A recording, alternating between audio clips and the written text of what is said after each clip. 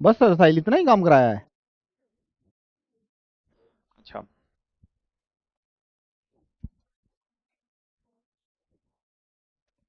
अपन ने ना सारे प्रोसेस के लिए ना सी डिफाइन कर दिया था।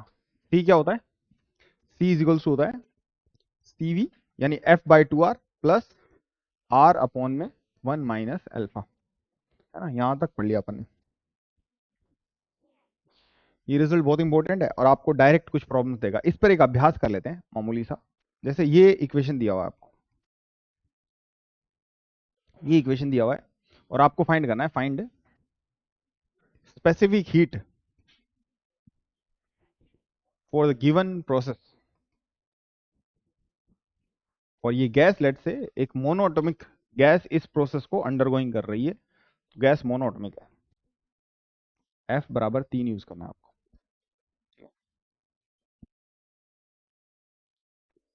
अल्फा का वैल्यू बता दो बस। देखो सबसे पहले इसकी पावर है ना सिंगल होनी चाहिए प्रेशर की, तो क्या पावर से रेज करें? 1/2 से दोनों साइड। तो क्या आ जाएगा? ये बराबर कांस्टेंट है। तो क्या आ जाएगा? ये PV3/2 बराबर कांस्टेंट, कुछ और नया अंडर रूट लेंगे 1/2 से पूरी पावर, पूरी एक्सप्रेशन एक्सटेंड कर देंगे तो ये आ जाएगा। अब बस अल्फा को वहां पे क्या रख देना? 3/2। क्या आ जाएगा? ये CV प्लस आर अपॉन में 1 माइनस 3/2, यानी ये माइनस का 1/2, माइनस का 2R, 3/2R, तो माइनस का R/2। ये आ जाएगा आपका क्या? C। ठीक है, ठीक है ना?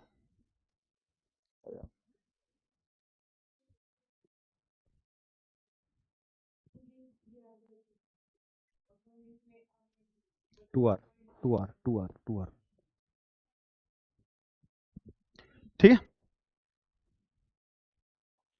अब देखो मेरी बात सुनो, तो बहुत ही इंपॉर्टेंट क्वेश्चन करने जा रहे हैं। एक तो इनके ग्राफ कैसे बनेंगे और दो चार और बातें। तो सबसे पहले मैं दो चार और बातें कर लेता हूं। एक तो सबसे पहले कि मैंने आपको बोला था कि सॉलिड्स और लिक्विड्स के लिए बल्क मॉडुलस कैसे डिफाइन होता है, वो उस सॉलिड या लिक्विड की प्रॉपर्टी पे डिपेंड करता है। क्या? Bulk modulus. लेकिन गैस का बल्क मॉडुलस किस पे डिपेंड करता है? प्रोसेस पे, है ना? तो बल्क मॉडुलस की क्या परिभाषा होती है? Extra pressure, axis pressure upon में चेंज इन वॉल्यूम अपॉन में ओरिजिनल वॉल्यूम, ये होता है बल्क मॉडुलस। अब कोई जैसे गैस है, वो इस प्रोसेस के तहत अपना परफॉर्मेंस दे रही है। Gas is undergoing this particular process जहां पे पीवी पावर अल्फा बराबर कांस्टेंट, है ना?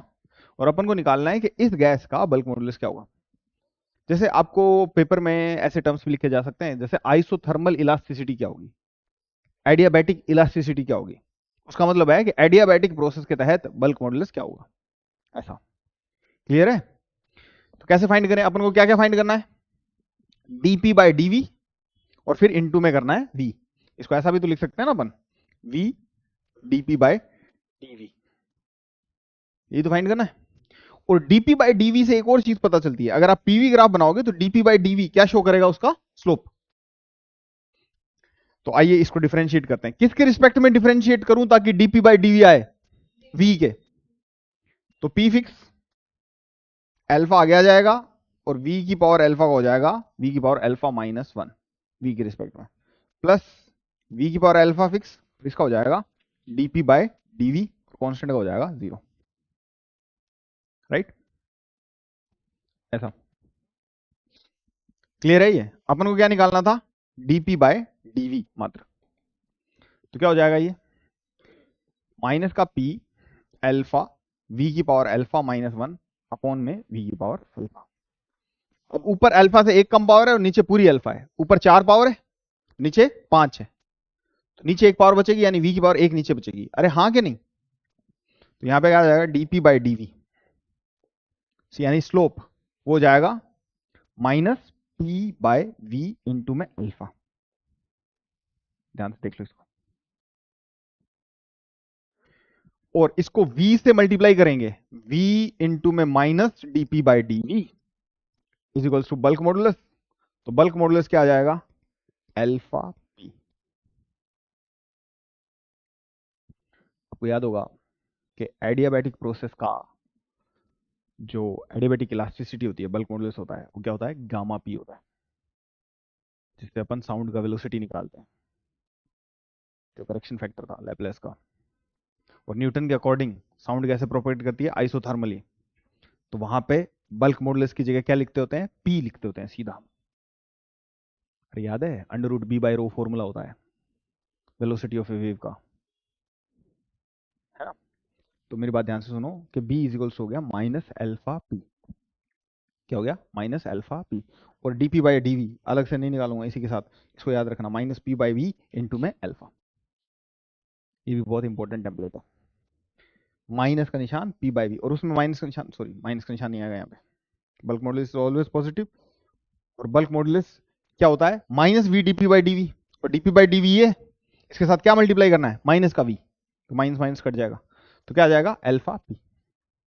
जैसे एडियाबैटिक प्रोसेस है, तो बल्क मॉडुलस क्या हो जाएगा, gamma P, irrespective of the gas. और पी एक्सिस प्रेशर है कि एब्सोल्यूट प्रेशर है, absolute pressure. DP absolute pressure के अलावा जो प्रेशर है एक्स्ट्रा, वो वाला है डीपी, चेंज इन प्रेशर। और पी क्या है, प्रेशर, एटमॉस्फेरिक प्रेशर, या जो भी प्रेशर उस वक्त है। समझ पा रहे हो, है ना। किसी भी गैस के लिए, यानी ये आपको ये बताता है, for any gas bulk modulus जो बी है डिपेंड्स ऑन प्रोसेस। यानी ऐसे नहीं कह सकते कि कार्बन डाइऑक्साइड गैस है तो इसका बल्क मॉडुलस इतना है, जैसे वाटर के लिए बल्क मॉडुलस डिफाइन कर सकते हैं, गैस के लिए नहीं कर सकते। और दूसरी बात, कंप्रेसिबिलिटी भी पूछ सकते हैं आपसे, वो क्या होती है, 1/बल्क मॉडुलस। 1/बल्क मॉडुलस क्या होता है, कंप्रेसिबिलिटी। एक और टर्म बहुत इंपॉर्टेंट था, वो भी आपने पढ़ा था, वो क्या था, आपने लिखा था चेंज इन वॉल्यूम, यानी मैं डीवी से शो कर देता हूं, dV is equals to V into gamma into में dt, याद है ये, यानी delta V is equals to gamma V delta T, ये याद है। अरे थर्मल एक्सपेंशन में पढ़ा था अपन ने ये एक्सप्रेशन। तो डीवी बाई वी को क्या लिख सकते हैं प्यारे बच्चों, डीवी बाई वी को क्या लिख सकते हैं, गामा dt। वहां पे अगर डीवी बाई वी था, डीवी बाई वी अगर आप निकालोगे तो ये क्या हो जाएगा, इधर डीपी चला जाएगा, और इसकी तरह प्ले कर सकते हैं कोई गिवन प्रोसेस के लिए। मैं आपको बोलूंगा कि आप ये फाइंड करके दो, क्या फाइंड करके दो, गामा। गामा क्या हो जाएगा, डीवी बाय में वी डी टी हो जाएगा काम, याद रखना इसको भी, ठीक है ना। इससे रिलेटेड सारे सवाल कर पाएंगे ना आप, गामा निकाल लोगे, वॉल्यूमेट्रिक एक्सपेंशन का कोफिशिएंट, और बल्क मॉडुलस निकाल लोगे किसी भी प्रोसेस के लिए, जैसे पी वी पावर 3 है, इसका बल्क मॉडुलस क्या हो जाएगा, अल्फा पी। अल्फा मतलब 3, 3, ठीक है। इस ग्राफ का स्लोप क्या हो जाएगा, -3p/v हो जाएगा। क्लियर है। अब बहुत ही इंपॉर्टेंट बातें लिखाने जा रहा हूँ बोर्ड पे, और वो परीक्षा की दृष्टि बहुत इंपॉर्टेंट है, चाहे फिजिक्स पढ़ रहे हो चाहे केमिस्ट्री पढ़ रहे हो, दोनों के क्वेश्चन मुझसे हो जाएंगे, दोनों के, ठीक है, दोनों के लिए बहुत इंपॉर्टेंट है। तो लिखिए, पीवी पावर अल्फा से बराबर कांस्टेंट से हम ग्राफ कैसे बनाते हैं, तो सम ग्राफ्स लिखिए। सबसे पहले कुछ नॉन ग्राफ्स बनाऊंगा मैं, ठीक है, एक ही चित्र में बनाने की कोशिश करेंगे सभी ग्राफ्स को। तो सबसे पहले अपन जो ग्राफ बनाएंगे, that is for alpha equals to 0। हमने क्या लिखा है, स्लोप क्या होता है, स्लोप होता है minus alpha P by, gamma क्यों बोला आपने, minus alpha P by V, ठीक है। सबसे पहला प्रोसेस है आइसोबैरिक, लेट से आइसोबैरिक, जो व्हाइट कलर से ग्राफ बनेगा वो आइसोबैरिक है, उसका अल्फा क्या है, 0। अल्फा 0 माने स्लोप 0, स्लोप 0 माने स्ट्रेट लाइन, स्लोप 0 बोले तो स्ट्रेट लाइन।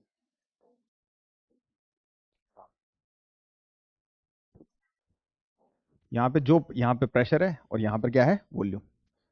यहाँ पे जो प्रेशर है वही प्रेशर है, और वॉल्यूम बढ़ता जा रहा है स्टेट 1 से स्टेट, ठीक है।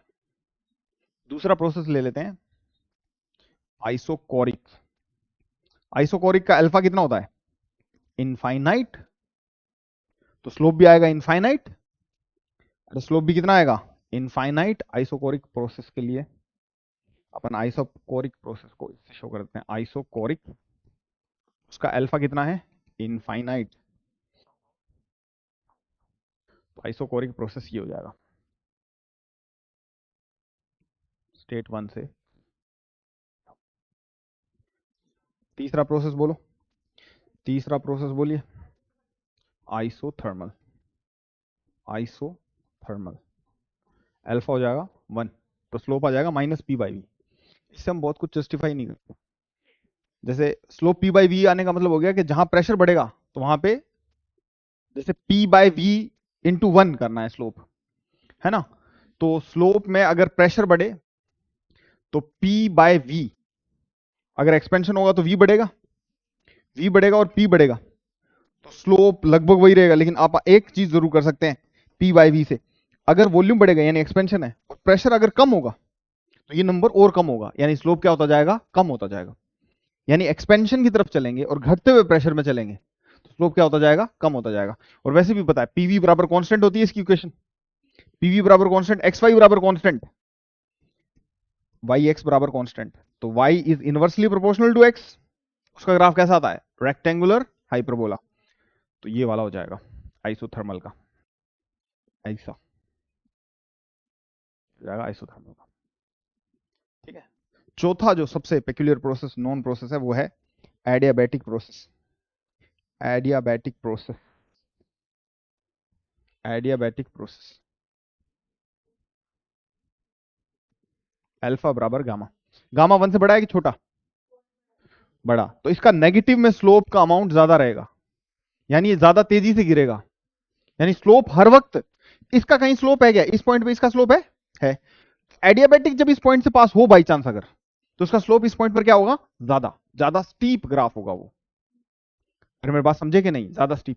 इसी पॉइंट पर उसका स्लोप क्या होना चाहिए? इसी पॉइंट 1 पे ज्यादा होना चाहिए। हर पॉइंट पर उसका स्लोप क्या होना चाहिए? आइसोथर्मल से ज्यादा होना चाहिए। तो ऐसा कुछ, समझे कि नहीं? समझे कि नहीं? ऐसा मैं कह रहा हूं कि इसका स्लोप होता है अल्फा p/v। तो एडियाबैटिक में अल्फा हो जाता है गामा और आइसोथर्मल में अल्फा हो जाता है 1। तो गामा 1 से ज्यादा है, यानी एडियाबैटिक का स्लोप का मैग्नीट्यूड जो नेगेटिव में ही है वो आइसोथर्मल से ज्यादा होना चाहिए। ज्यादा होना चाहिए मतलब क्या होना चाहिए? वो एडियाबैटिक का जो ग्राफ है वो स्टीपर होना चाहिए, इससे ज्यादा तेजी से फॉल करना चाहिए। स्लोप ज्यादा है ना इसका, इसी पॉइंट के कोरस्पॉन्डिंग देखो, यहां पे स्लोप ज्यादा जल्दी नीचे गिर जाएगा वो। अरे हाँ कि नहीं? जैसे आपके पास 1 से बड़ा नंबर है और एक तो पीवी बराबर 100 है, कांस्टेंट है, तो पी 25 हुआ तो वी कितना होगा? 4। जब वी 25 होगा बढ़कर तो पी कितना हो जाएगा? 4। दोनों का प्रोडक्ट तो 100 ही आना चाहिए। जैसे पी बढ़कर 50 हुआ, बढ़ गया, तो वी क्या होना चाहिए? कम। आइसोथर्मल यही शो कर रहा है पीले वाला। अगर वी ज्यादा हो रहा है तो पी कम हो रहा है, या फिर वी कम हो रहा है तो पी ज्यादा हो रहा है। ऐसा उसमें भी ऐसा ही है, लेकिन उसमें है पी वी स्क्वायर या फिर गामा। गामा का वैल्यू 1 से बड़ा है, कोई भी 1 से बड़ा वैल्यू सोचिए, स्क्वायर सोच लेते हैं अपन को, वरना 1.4 पावर लेना बहुत मुश्किल हो जाएगा। तो पी वी स्क्वायर बराबर 100 लिखा हुआ, तो पी कितना? 50, मान लेते हैं 25। ओके, तो वी कितना होगा? 2। अरे मेरी बात समझे? तो ये 100 आ जाएगा। इसको आप 2 करो तो इसको कितना होना पड़ेगा? 5। तो ये 2 से कितना हुआ? 5, थोड़ा ही बढ़ा, तब वो प्रेशर गिर जाएगा उतना। अरे मेरी बात समझो, वॉल्यूम थोड़ा सा बढ़ेगा, तो वॉल्यूम थोड़ा सा ही बढ़ेगा तो प्रेशर इसमें ज्यादा गिर जाएगा, और ऐसा हर एक चीज के लिए होगा। और ऑब्वियसली आप स्लोप से भी बता सकते हो, दैट इज मोर स्टीप। उसी एक्सप्रेशन, इतना मैथ करने की जरूरत नहीं है आपको। और समझे कि नहीं? अच्छा, एडियाबैटिक में मान लेते हैं मैं आपको लिख के दूं कि ये डायटोमिक गैस है, ठीक है। डायटोमिक गैस मतलब अल्फा मतलब कितना? 7/5। अल्फा मतलब गामा। डायटोमिक का कितना होता है? 7/5। याद है ना आपको? 2/f+1 होता है।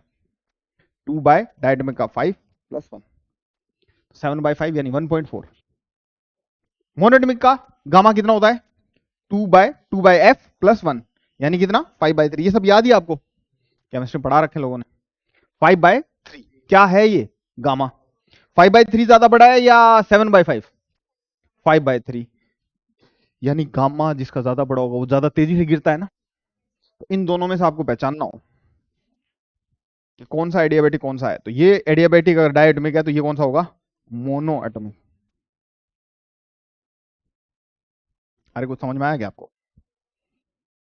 मोनो एटॉमिक का क्यों? क्योंकि और भी स्टीप होगा वो।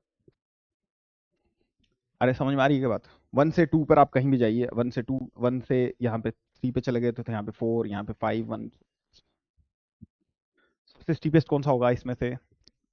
एडियाबैटिक और आइसोथर्मल में से तो मोनोएटॉमिक गैस का सबसे होगा, वरना आइसोकोरिक का सबसे ज्यादा है ही। इनफाइनाइट स्लोप है उसका तो। और क्लियर है कि नहीं? तो इससे हम क्या क्या बता सकते हैं? ये सवाल दोनों में काम आएंगे, आपके केमिस्ट्री और फिजिक्स में। देखो मेरे पास सुनो, इनमें से सबसे ज्यादा वर्क किसका आएगा? एरिया अंडर द ग्राफ सबसे ज्यादा आएगा आइसोबारिक का। आइसो कहाँ है वो? लिखा ही नहीं मैंने कहीं। अच्छा ये रहा सबसे पहले, आइसोबारिक का, जहां पे प्रेशर क्या था? कांस्टेंट। यानी आपको पूछा जाए कि सेम वॉल्यूम एक्सपेंशन किया है भाई, सेम वॉल्यूम एक्सपेंड हुई है, तो सबसे ज्यादा इन चारों में से सबसे ज्यादा वर्क किसका आएगा? सेम वॉल्यूम एक्सपेंड किए, एक तो कांस्टेंट प्रेशर मेंटेन करते हो तो आइसोबारिक का सबसे ज्यादा वर्क आएगा एक्सपेंशन में। कंप्रेशन में हो सकता है हमारी भावनाएं उल्टे पलटा खा जाए एकदम, वो देखेंगे बाद में। इतनी बात समझे? दूसरा, दूसरा उसका आइसोथर्मल का। तीसरा, और एडियाबैटिक के दोनों में से सबसे कम किसका आएगा? मोनोएटॉमिक का। ट्राइएटॉमिक का उससे भी ज्यादा आ सकता है, डायटोमिक का उससे ज्यादा। मोनोएटॉमिक का सबसे कम वर्क आएगा। वर्क एक्चुअली आइसोकोरिक का 0 आ रहा है, लेकिन अपन इनमें से ही कंपैरिजन करने को कहता है आपको। किस किस में से? आइसोथर्मल एक्सपेंशन में सबसे ज्यादा वर्क आता है। किन तीन में से? एडियाबैटिक और आइसोथर्मल, और एडियाबैटिक में भी दो कैटेगरी, कौन सी? मोनोएटॉमिक और डायटोमिक। तो सबसे कम वर्क आता है मोनोएटॉमिक एक्सपेंशन में। कंप्रेशन में ठीक उल्टा है। तो एक बार यहां पे लिखा देता हूं मैं कि अगर इन तीन में से सबसे ज्यादा वर्क आएगा आइसोथर्मल में, वर्क आइसोथर्मल का हाईएस्ट, फिर वर्क एडियाबैटिक कौन सा? डायटोमिक का, और फिर सबसे कम आएगा वर्क मोनोएटॉमिक। यानी कि सबसे कम वर्क जो है वो मोनोएटॉमिक गैस के लिए करना पड़ता है, फिर इसके लिए करती है, या फिर गैस खुद। ये बात समझे? गैस का खुद का वर्क है ये, और ये एक्सपेंशन के। कंप्रेशन ठीक उल्टा है इससे। एक बार कंप्रेशन देख लेते हैं। देखो मेरी बात सुनना, ये मैं यहां पे लिख देता हूं फॉर एक्सपेंशन। ये जनरल स्टेटमेंट नहीं है, ये केवल ट्रू पाया जाएगा if the gas is expanding. ठीक है, अगर गैस एक्सपेंड कर रही है तो ये ऐसा सच पाया जाएगा। लेकिन कंप्रेस हो रही है तो क्या होगा देखना। जैसे आपके पास कोई गैस है स्टेज 1 पे, आइसोथर्मली ये 2 पे गई ऐसे। ठीक है, अगर अगर इसको वही प्रेशर लाना है जो इसका है यहां पे, जो आइसोथर्मल में है। आइसोथर्मल का ग्राफ कुछ ऐसा होता है ना, स्टेज 2 से स्टेज 1 पे गई, से गई आइसोथर्मल। ठीक है, एडियाबैटिकली जाना है तो आपने क्या कहा है कि भाई इस प्रेशर तक जल्दी से घट जाती है। ये जो कम वॉल्यूम एक्सपेंशन में ही हो जाता है ऐसा।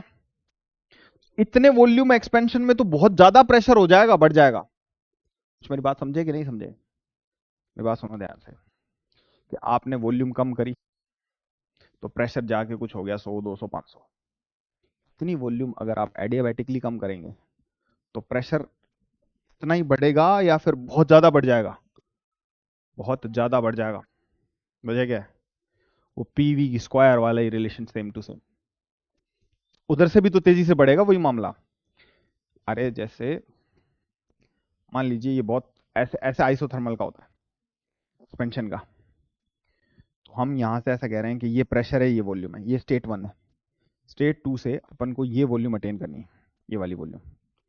इसमें तो प्रेशर यहां से इतना गिरा, इसमें मतलब इस वाले में प्रेशर इतना गिरा, यहां से इतना, और दूसरे वाले में इतना गिरा, मतलब इसमें इतना गिर गया और वॉल्यूम सेम एक्सपेंड हुई है। कंप्रेशन के समय भी तो ऐसा ही होगा। कंप्रेशन के समय क्या होगा कि वॉल्यूम उतनी कम करोगे तो प्रेशर किसमें तेजी से बढ़ जाएगा, एडियाबैटिक। तो ठीक ठीक उल्टा हो जाएगा वो, यानी कि ऐसा ऐसा ग्राफ आ जाएगा। समझे कि नहीं? इतनी वॉल्यूम बढ़ाने के लिए प्रेशर ज्यादा डिप करता उसमें, किसमें, एडियाबैटिक में। सिंपल सी बात है। तो कंप्रेशन में, फॉर कंप्रेशन,